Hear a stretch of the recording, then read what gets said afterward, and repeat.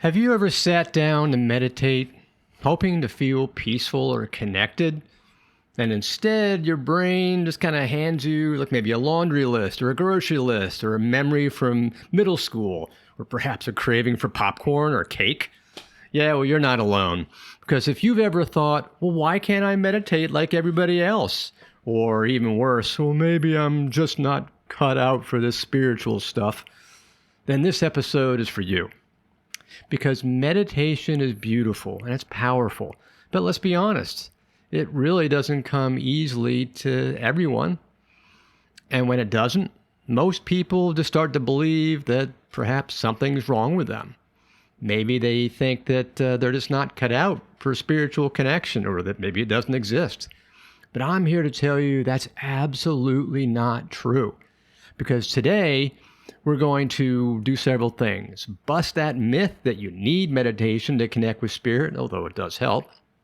Explore over 20 different powerful and surprisingly simple ways to feel spirit's presence without sitting in the silence.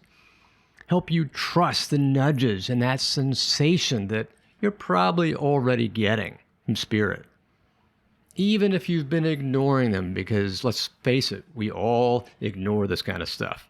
So let's get started.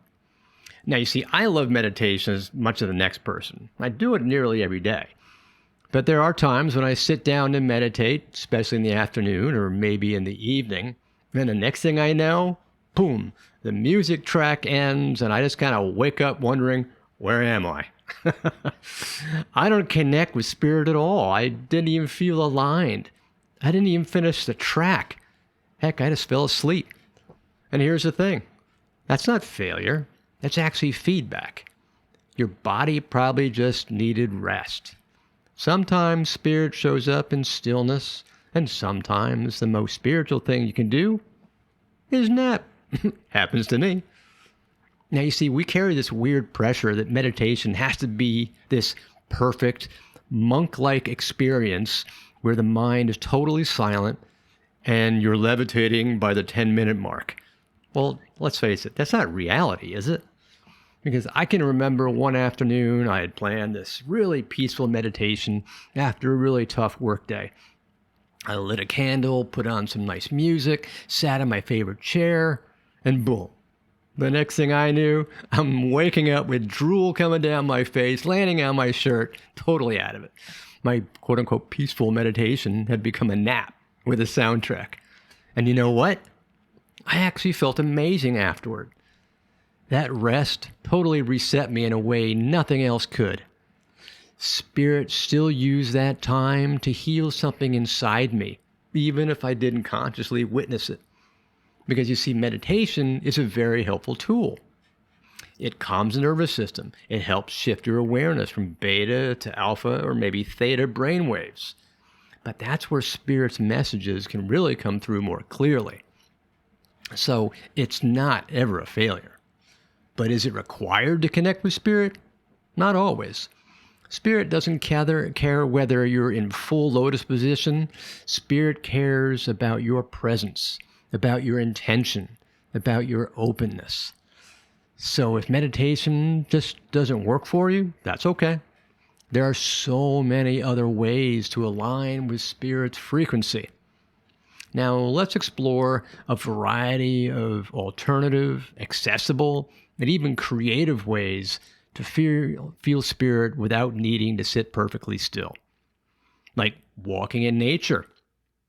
Let your steps become your rhythm. As you walk, just notice the breeze, the birds, the sway of the trees. Feel your body moving through space with awareness, because spirit often speaks when you're in tune with the natural world. Journaling. Your intuition, that's one. Try this. Ask a question at the top of the page. Pause, then just let your pen move the way it wants. Even if what comes out feels kind of random, just keep going. You might be surprised by what your higher self or spirit brings forward. Also, creative flow. Whether you're painting or singing or dancing or playing music, spirit loves when you're creating. It opens you up energetically and puts you in a space of joy, which makes you more receptive to their subtle nudges, because Spirit loves joy. Also, dream connection. Before bed, just say aloud, Spirit, I'm open to connect with you in any way that you can, and definitely in my dreams. So keep a dream journal nearby, because the subconscious is fertile ground for Spirit to share messages. Shower downloads. Here's another one. Maybe you laugh if you want, but so many people receive guidance in the shower. Why? Because you're relaxed. Water is flowing, which amplifies energy, and there's no resistance. Another one, hands-on heart breathing. Try placing both of your hands over your heart. Take 3 slow, deep breaths and say internally, I'm here, I'm listening. And that moment of tenderness, Spirit's already there. Also, sacred sound. Listen to music that really moves your soul. Chant a mantra, ring a bell, or use a singing bowl. Because sound vibration lifts your energy and invites Spirit in. And intentional listening.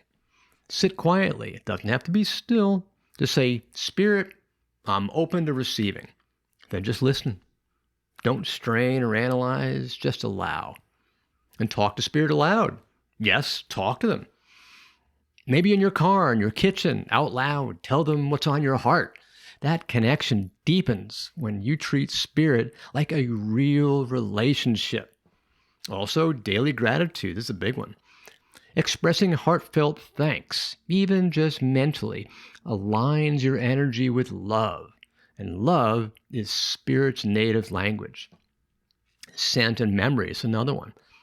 Smell's got a direct link to memory, and Spirit can use this. Maybe light a candle or wear a scent connected to a loved one. It opens the heart. And also, another way to do it is touch sacred objects. Maybe hold a crystal, a photo, or a memento can bring Spirit close, especially if that object is tied to, emotional or ancestral energy. And speaking of energy awareness is big. Tune in. You feel change in the room, maybe tingling, pressure on your shoulders, sudden warmth. Those are quite often signs that Spirit is near. Another one, cooking or gardening maybe. These are all grounding tasks that are done with love and presence, and they're fertile grounds for inspiration and connection. Now, the art of pause. Just simply stop. Right in the middle of your day. 1 minute. Close your eyes, breathe, notice the presence, and that opens the portal. Set some intentional candles or maybe a fire. Gaze into the flame. It's ancient, it's sacred, and let that flicker quiet your thoughts and invite Spirit in. Maybe write some Spirit letters. Write a letter to a loved one in Spirit or to your Spirit guide. Then, and this is the key part, write a reply from them. You will be amazed. Body sensations, goosebumps, like sudden temperature shifts, a sense of pressure. These are Spirit's calling cards. Children and pets, watch them. They're still deeply connected. The Spirit energy often flows easily around them, especially children. Often, ask a question. Just wait. Pose a question to Spirit and then go about your day and watch for a catchphrase on a billboard or lyrics in a song or a comment from a stranger. All these answers come in unexpected ways. And now that you know that there are so many ways to connect with Spirit, what happens when you actually do feel something? What happens when you notice a chill? Or you hear a whisper of a thought that feels different? This is the part that trips people up because it requires, the big word here, trust. Now let's look at ways to increase your trust with Spirit. First off, you've got to trust the subtle because Spirit doesn't ever shout. Spirit just isn't allowed to interfere with our life because we all have free will. And that's why I always refer to Spirit as sort of silent advisor. Because when Spirit connects with you, it's not like a booming voice from the heavens or like a powerful piece of information that just pow, hits you over the head like a frying pan. It's not like that at all. It actually feels more like a gentle pull to pick up the phone and call somebody. Or maybe it's the knowing that your keys are in your coat pocket. It's the subtle feeling that you should be doing something different when you're not doing that thing at all. It's just the feeling of peace washing over you when you hear a certain song. Now, start by validating just the small things. Did you just feel a tingle, or did you just get the goosebumps while thinking of a loved one who's passed?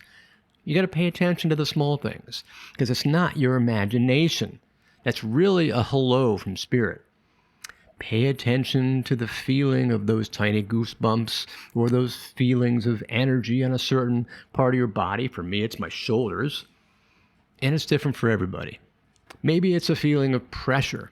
Maybe it's a temperature change, or it's an odd feeling on your face. Maybe it's like a cobweb all over your face.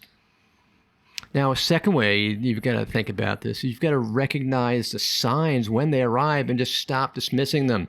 How many times have you asked Spirit for a sign and that just totally dismissed the very thing that showed up, right? We do it all the time. Well, maybe you see a butterfly that captures your attention, captures your eye, and it flies in near you. Maybe a bird acts like it knows you, and it flies in close for a look without any fear. Perhaps you hear a specific song that makes you think of a loved one in spirit.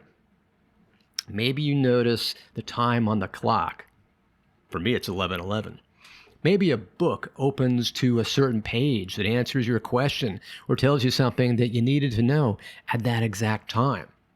Or maybe the lights flicker, or a book actually falls off the shelf. There are just countless other examples that you can use and you can think of. Thing is, oftentimes your brain just kicks in and your logical mind takes over and just says, nah, that's just a coincidence.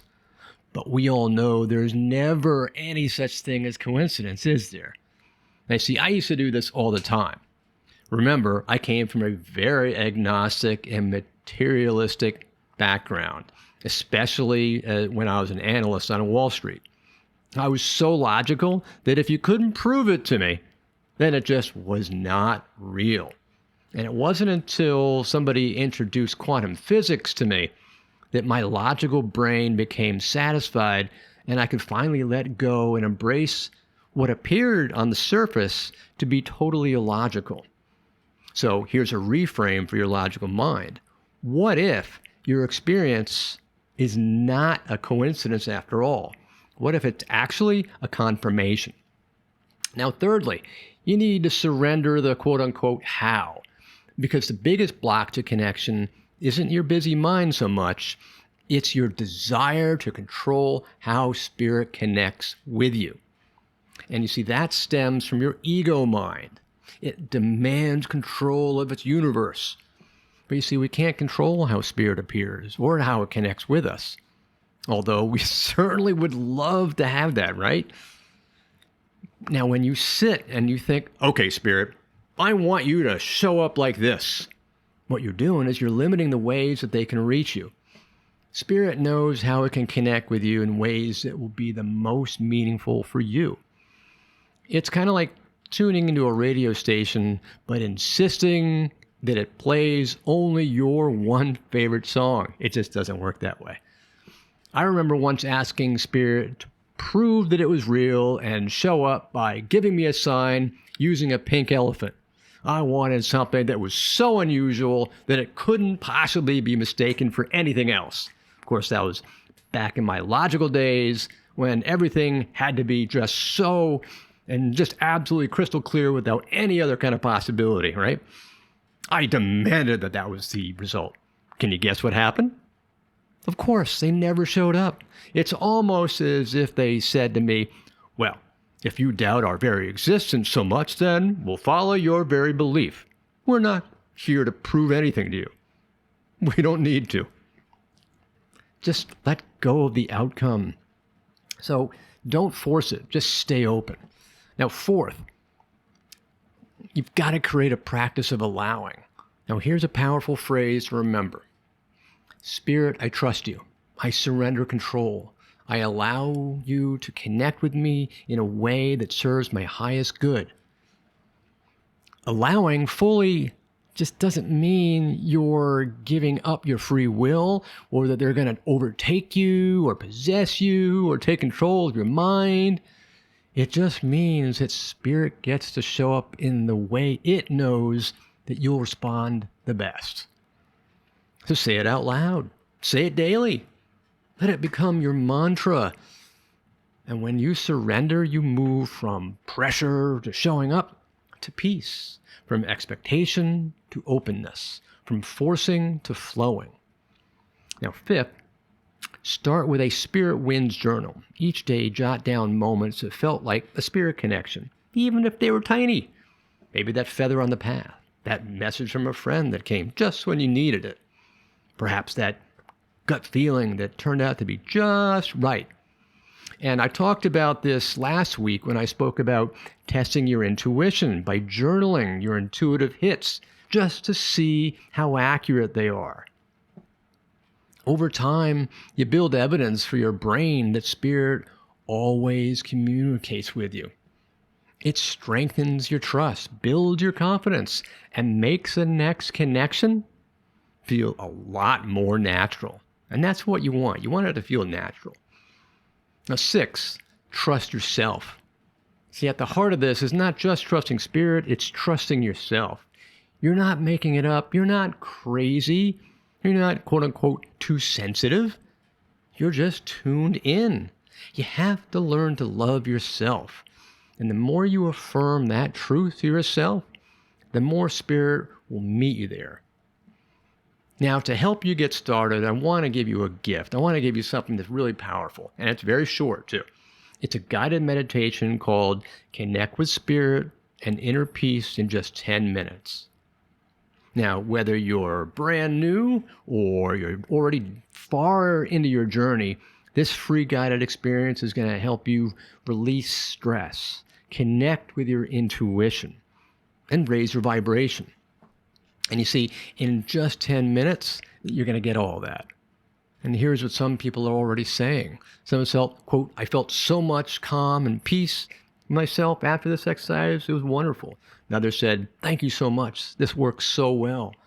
Somebody else said, I've been using it at night. And I go right to sleep.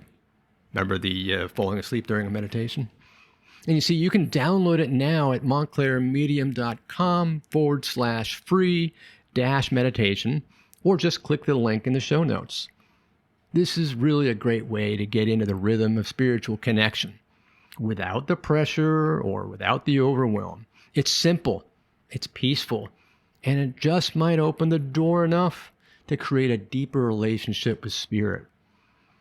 Now, you see, next week, we're going to be diving into one of the most common questions that I get. Do you have to be a medium to hear spirit? Do you have to be a born medium to connect with spirit? Spoiler alert, no. We're going to explore how spirit talks to everyone and how you can begin hearing them in your everyday life. So it's going to be up here. Until then, remember, you're already connected. You're already enough. And spirit is already whispering your name. So I hope this has been wonderful for you. Remember to love, like, and subscribe. Love and light to you. This is Chris. Until next time. Bye for now.